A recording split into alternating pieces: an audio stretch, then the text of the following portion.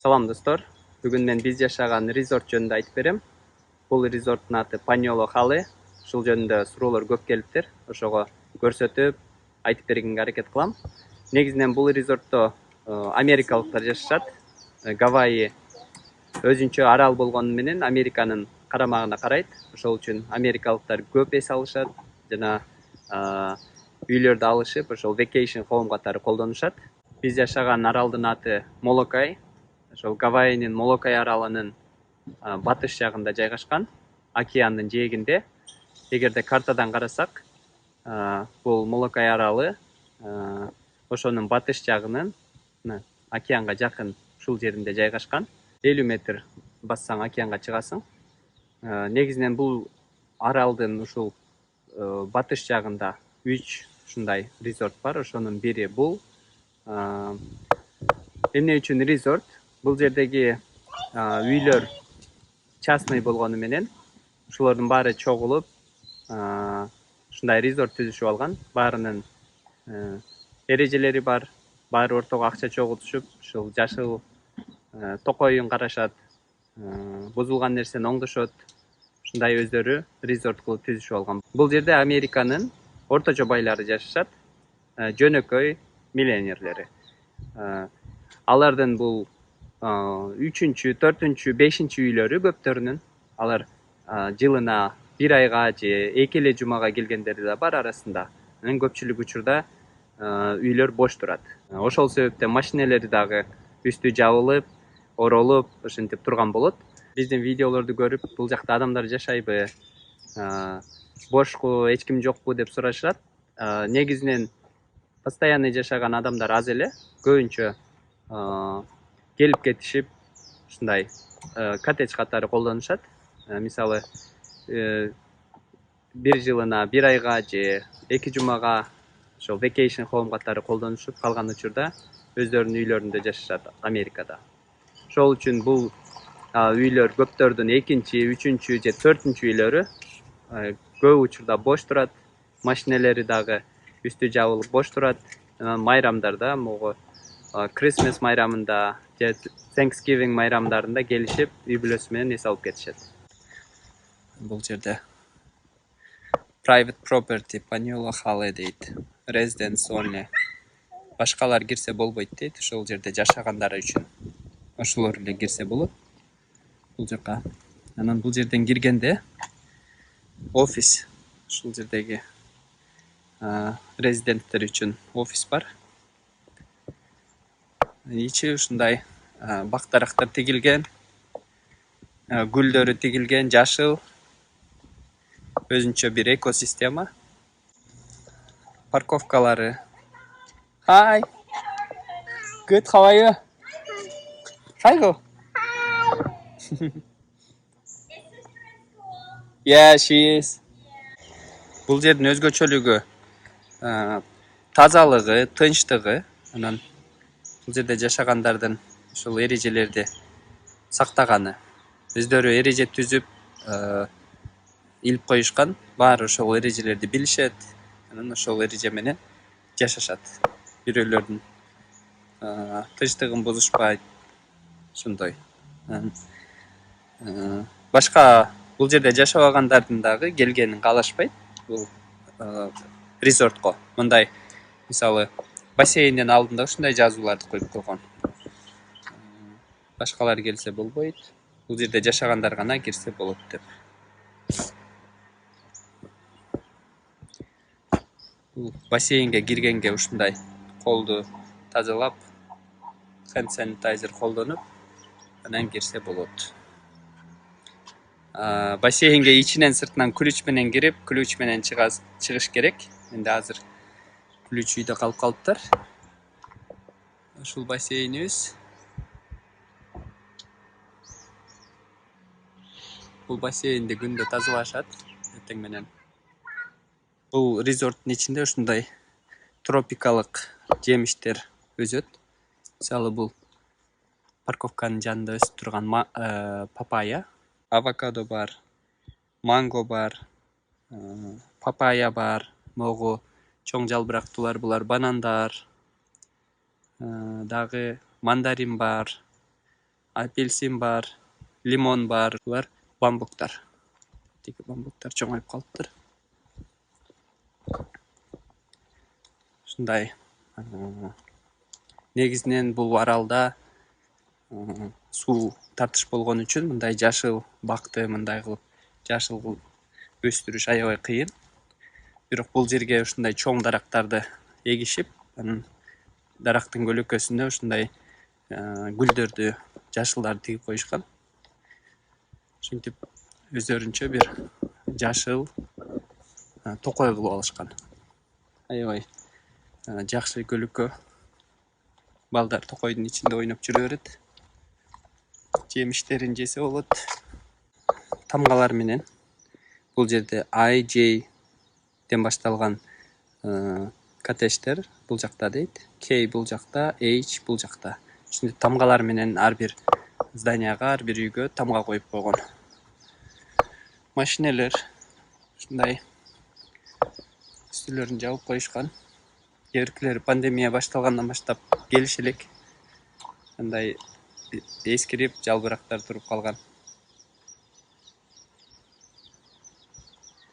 Эгерде миллионерлер, байлар кандай машина айдайт десеңер, Гавайиде же Америкада ушундай жөнөкөй эле жеңил машиналарды айдашат.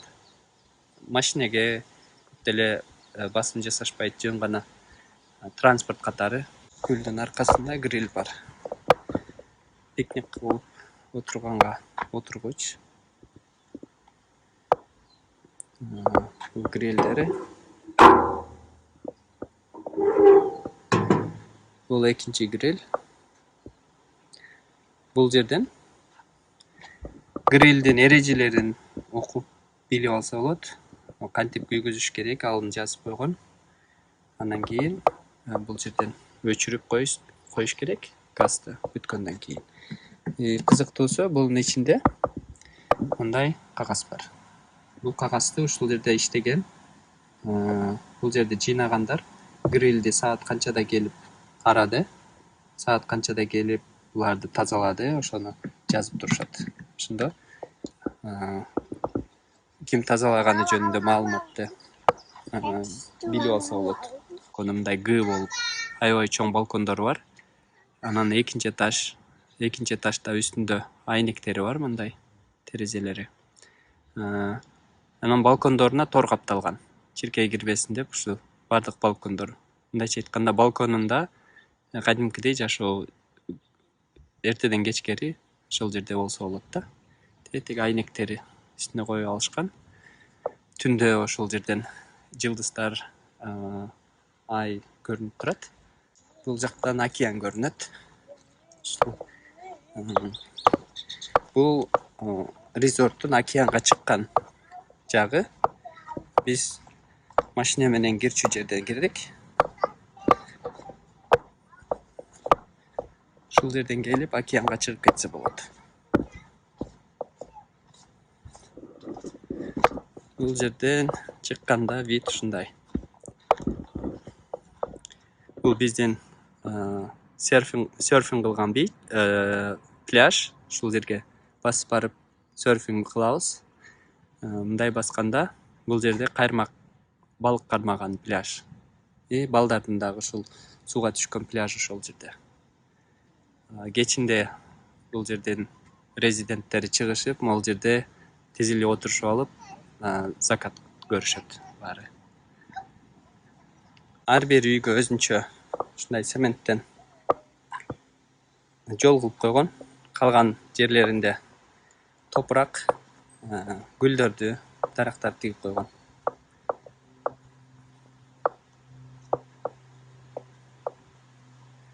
Азыр негизинен түш, аябай күн чыгып турат, бирок бул жердин резорттун ичи көлөкө болуп, салкын болуп турат. Мен силерге бул жерде бир өсүмдүктү көрсөтөйүн деп баратам. Цитрус жемиши. Бул мандарин. Биздеги Кыргызстанда базарда саткан мандарин. Мандарин жейсиңби болом? Бул жерде бирөө бар экен. Булар бир шелек экен, улум.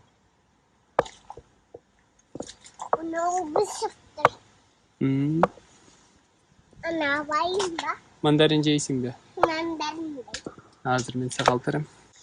Бул ушуп калыптыр. Бул адамга. Ушундай океандын вити менен жунглинин арасында жашаган кооздукка дагы ошондой акча төлөш керек. Бул жерде жашагандардын бир айына чыгымдары, мисалы, ушундай бардык жерин тазалап, үйлөрүн краскалап, сынганын бүтөп, жашылдантырып, чөптөрдү суугарып, ушинтип 5-6 адам иштейт бул жерде. Ошолорго андан сырткары светке, газга бардык расходторду бириктирип, ар бир үйдүн ээси $1200 $2000 чейин акча төлөшөт ар айына. Анын ичине ушул резорттун өзүнүн расходтору деп коет, ушул резорт фи деп. Ошолор кирет, жердин налогу кирет, мамлекетке ар жылына ошол үйү барлар төлөөчү налог кирет. Ошонун баарын кошкондо бир айга $1200 $2000 чейин. Ал айырмасы кээ-биркилер үйлөрү чоңурактары, көбүрөөк бөлмөлөрү барлар көбүрөөк төлөшөт. Анан светти колдонгонуна жараша көбүрөөк төлөшөт. Үй өзүңкү болсо дагы Америкага барып же башка Кыргызстанга барып келсең, ар бир айына ушундай $1200 төлөш керек болот. Бул жерде жашагандар дагы, жашабагандар дагы ошондой акча төлөшөт. Мусор дайын бөлмөлөрү бар. Бул жерде мусорду бөлүшөт. Бул жерде 7 бөлүшөт экен. Азыр булар толуп калыптыр. Бүгүн эртең менен мусор алып кетелек экен. Ушинтип өзүнчө бардык нерсени бөлүп салыш керек бул мусорларга. Бул кагаздар салынган толуп калыптыр. Ал темирлер экен, пластмассалар өзүнчө. Ушинтип ар бирине мусорду бөлүп салышат. Ошол жагы жакшы, ресайкл кылганга. Бул жерде дагы бутылкалар экен. Бул общий мусор экен. Ушинтип таза турат. Өзүнчө бөлүп, алып кеткенде дагы бөлүп алып кетишет. Ошол үчүн аралды таза сактаганга менин оюмча баары жардам берген болот. Бул жерде парковкасында өздөрүнүн мүмкүнчүлүгү чектелген адамдар үчүн дагы ушундай орундары бар. Үйдүн жанына, ар бир үйдүн эшигинин астына ушундай токтотчу жай кылып койгон. Кыргызстанда үйдө өстүргөн гүлдөр, биз челекке үйдүн ичинде өстүргөн гүлдөр сыртта эле өсөт, себеби жыл бою ысык болгон үчүн ушунда. 27 градус, 28 градус, кээ-биринде 29га чейин чыгат экен. Жыл бою ысык болот. Биздин видеолордон көрүп айткандар болот, биз үйдө өстүргөн гүлдөр эшикте өсөт турбайбы деп. Ушул менин апам дагы гүлдөрдү жакшы көрөт, үйдө өстүргөн гүлдөрүнүн сыртта өскөнүн көрүп, мындай сүйүнүп атканын сүйүнөт.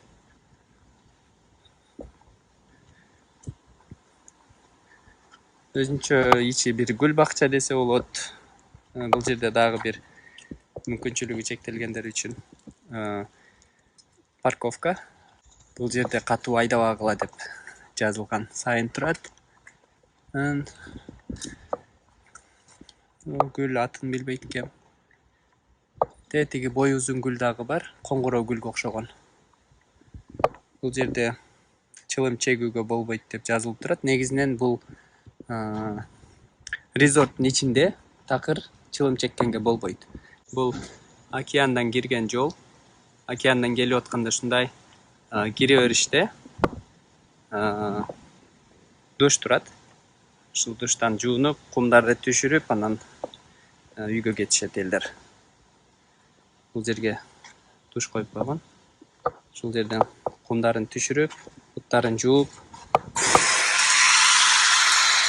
үйгө кетишет. Суу, душ жагынан проблема жок. ушундай океан жакта дагы бар пляжда. Анан бул жерде пенсия жашындагылар дагы бар. Алар көбүнчө тынчтыкты каалашат. Эч ким бири-бирине тоскоол болбойт. Эгерде тоскоол болчу болсо атайын өзүнүн жолу бар, ошол офиске билдирип, акырын суранса болот, ошондой тоскоол болбошун. Анан офистегилер ошол үй менен же ошол адам менен иштешип, бир чечимге келишет. Кайра бассейнге келдик. Бул жерден бул бассейн болсо, тетиги эки пальманын жанындагы биздин үй. Ошол бизге балконубуздан бассейн көрүнүп турат. Анан мындай басып келип эле бассейнге кирип кетебиз. Жүр улум. Адам экөөбүз бул жакта тур кылып келдик. Адам велосипед терип жүрөт. Бул биз алып жеген банандар, тетиги жерде дагы бышайын деп калыптыр. Бул жерде банандар турат. Банан ушундай болуп өсөт экен. Ар 6 айда мөмө түйөт.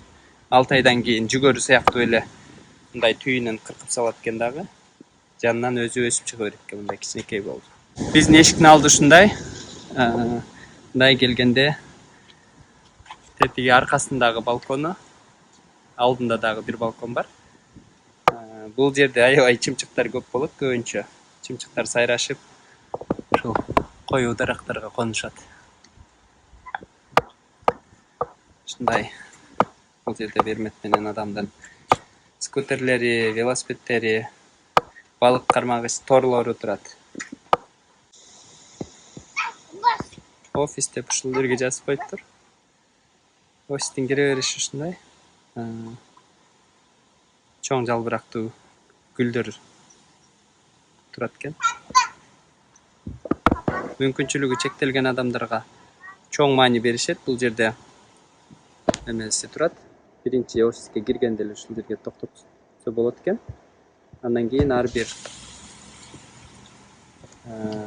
үйдүн эшигинин астына ушундай мүмкүнчүлүгү чектелген адамдарга орун жасап койгон. Алыс басып, кыйналбасын деп.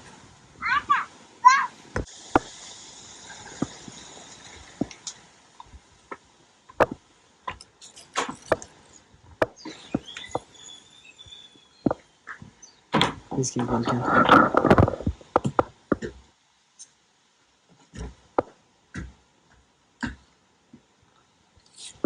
Каттарды ушул жерде эле коюп коет.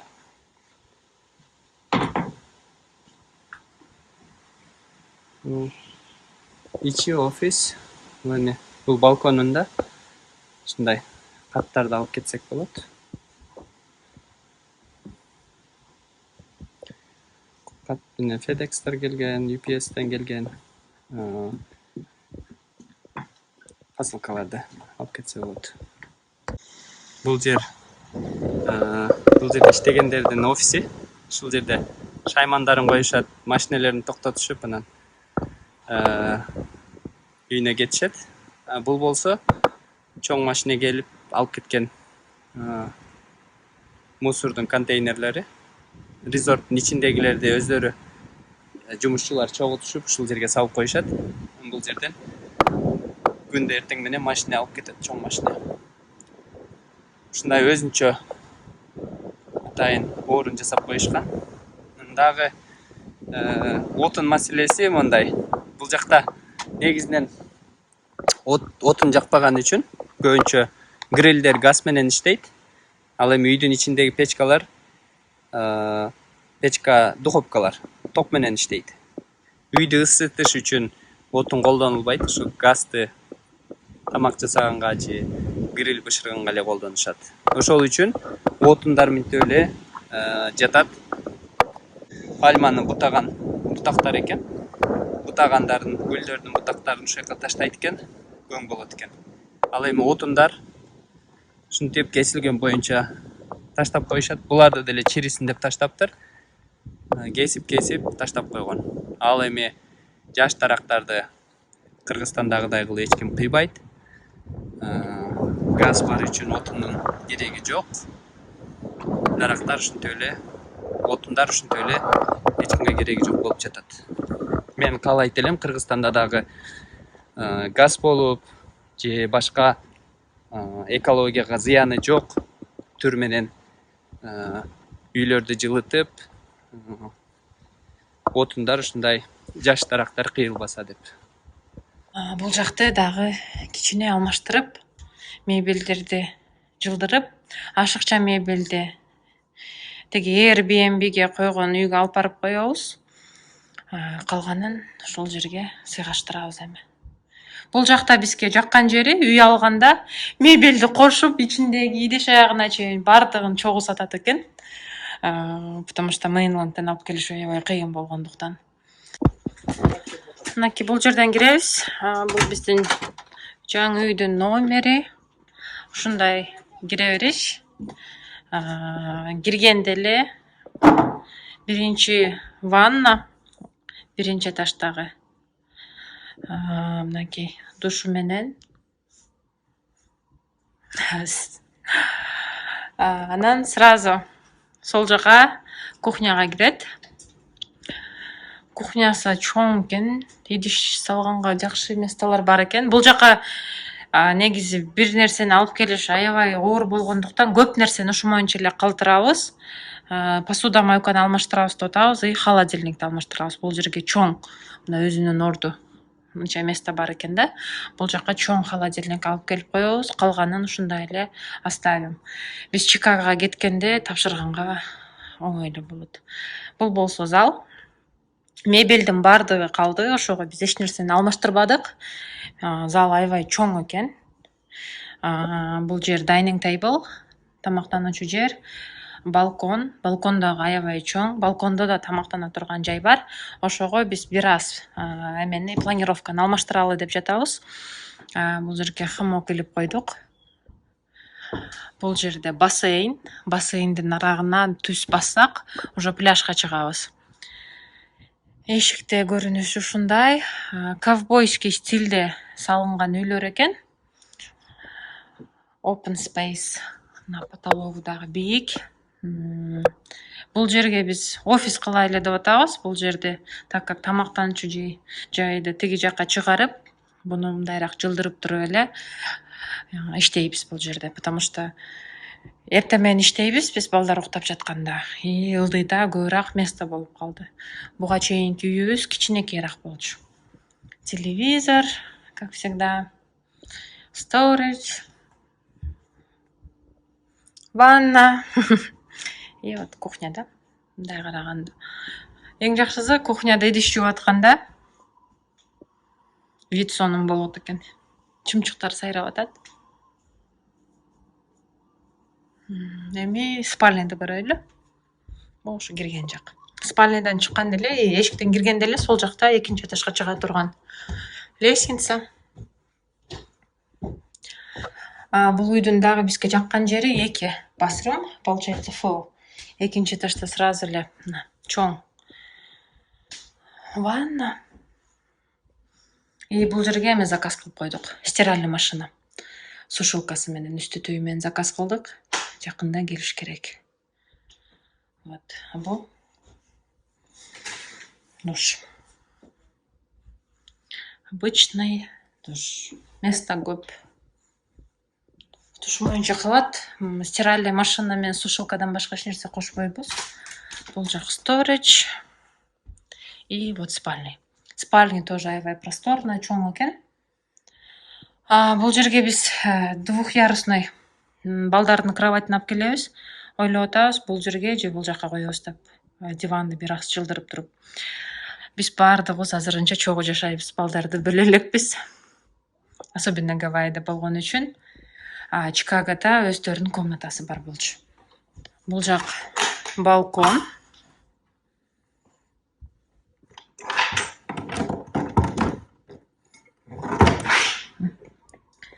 Жыйнаш керек эми. Балкон, бай эшиктен кирген жакты көргөн жер. Кичинекей бул жакта балкону бар экен. 2 балконда. Ну, примерно так. Место көп эле. Эң жакшысы дубалдар аябай эме калың экен. Өйдө балдар уктап жатканда биз эртең менен эрте туруп ылдый да иштей берсек угулбайт, ойгонбойт. Кийинки видеодо эмнени көргүңөр келет ошол жөнүндө жазгыла. Кийинки видеодо көрүшкөнчө.